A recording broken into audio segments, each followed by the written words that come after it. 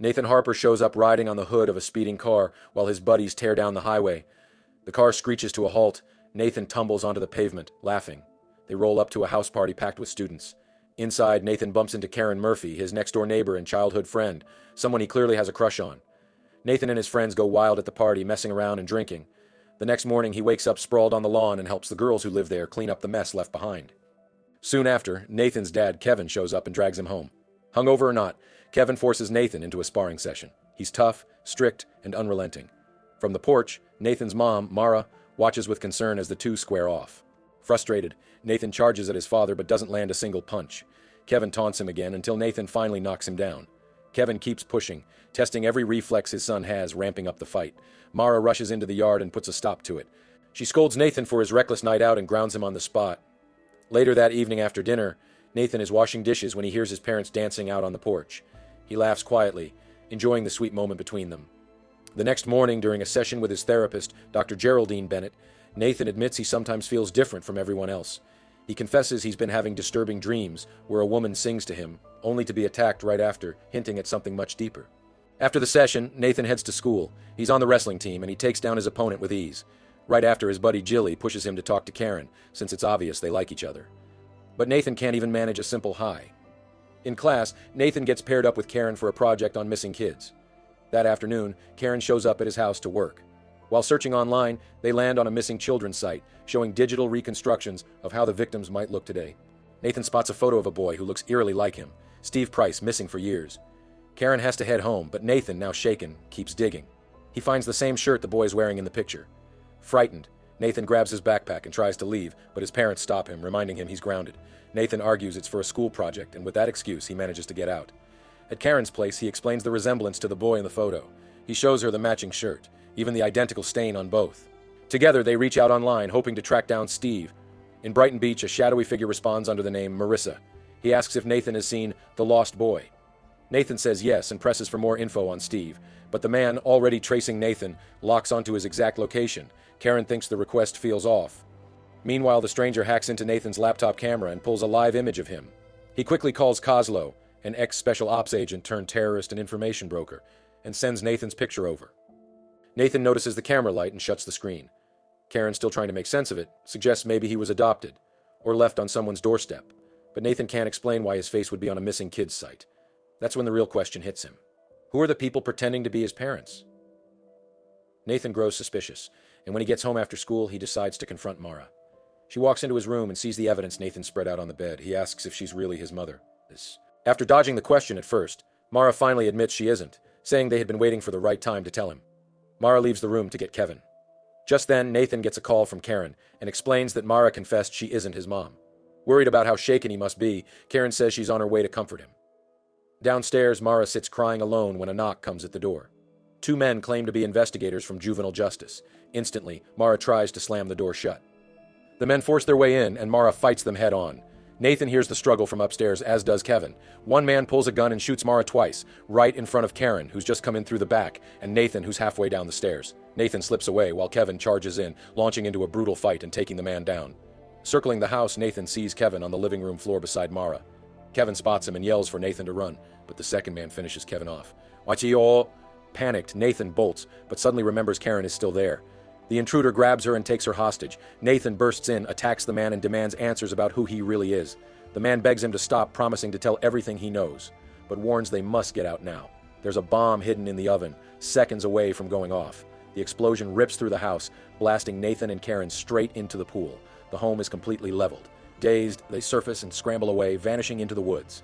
On the run, Karen clutches her side in pain. Nathan carries her to a hospital. While she's treated, he finds a phone and calls the police, reporting his adoptive parents' murder and warning the killers are still hunting him.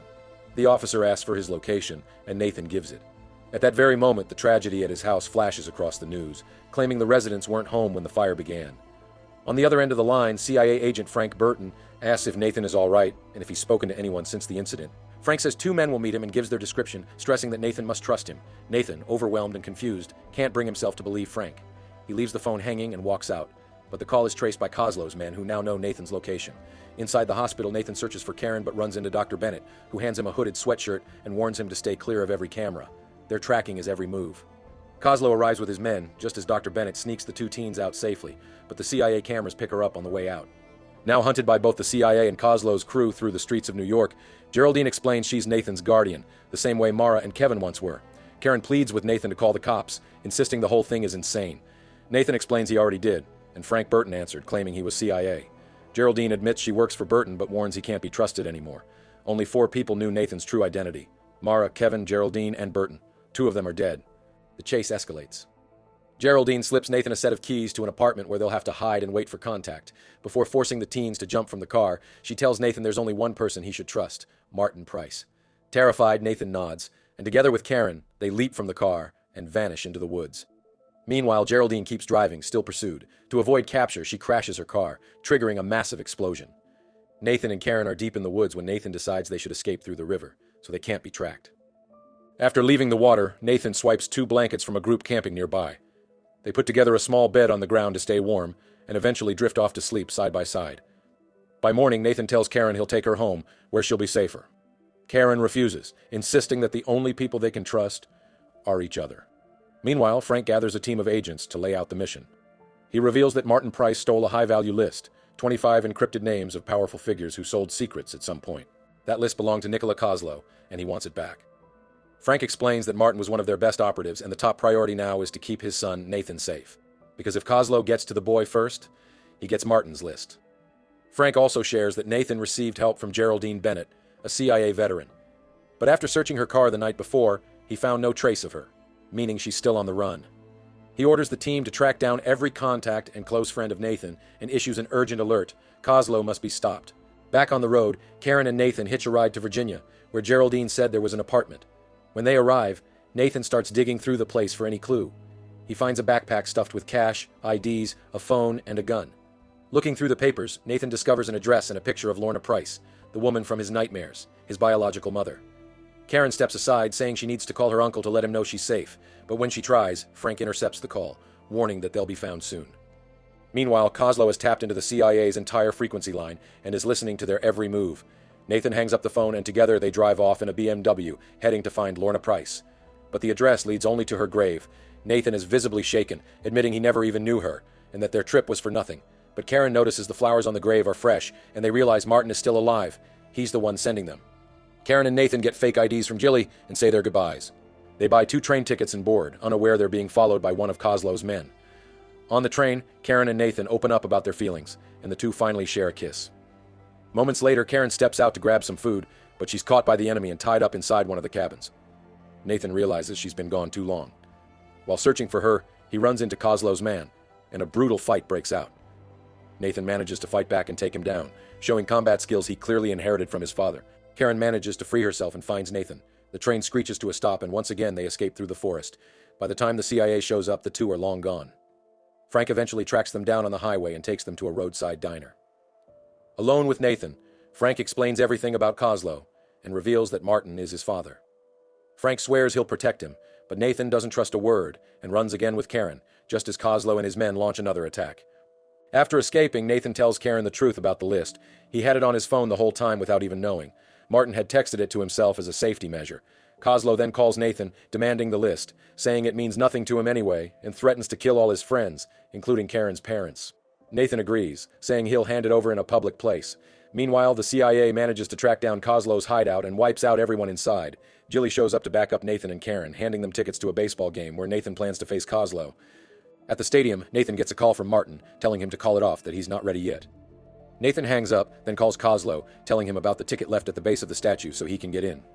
Frank and his agents are also in the stadium. Nathan and Kozlo finally come face to face. During their talk, Kozlo admits he was the one behind Lorna's death. The confession forces Nathan to relive the trauma, the same nightmare that haunts him every night. Kozlo pushes Nathan to hand over the list, but Nathan resists and bolts from the stands, losing him in the chaos. Martin calls, giving Nathan instructions on where to lead Kozlo. Trusting Martin to protect him, Nathan runs through the crowd, drawing Kozlo outside. Kozlo raises his gun, forcing Nathan to stop. From a rooftop sniper perch, Martin fires a shot straight into Kozlo's chest, dropping him instantly. Frank rushes in with his agents and takes Nathan with them. On the way out, Tom, Frank's superior, demands the list. Frank claims it's still encrypted, promising to hand it over once it's decoded. Tom laughs, saying Martin was right all along. Tom explains that Frank's hesitation is proof he wanted to oversee the decryption, only to erase his own name from the list. Tom hauls Frank away and lets Nathan go free. Martin manages to reach Nathan through Frank's phone. He tells him everything with the CIA has been handled, so that Nathan and Karen can finally live in peace. Martin stresses he'll always be watching over him, but admits he lost his place as a father in his life. He tells Nathan he'll be fine on his own, and says goodbye to his son. Nathan and Karen reunite, hugging tightly, relieved it's finally over. Dr. Bennett arrives and asks if Nathan wants to stay with her until he finishes high school and decides what to do next. Nathan agrees, and they part ways. The movie closes with Karen and Nathan back at the empty stadium, talking about their future together. Well, folks, that was today's movie. Drop a comment below and tell me what you thought. I'm Gustavo Marquez, signing off. If you enjoyed it, don't forget to hit that like button and subscribe to the channel. Big hug to everyone, and see you in the next video.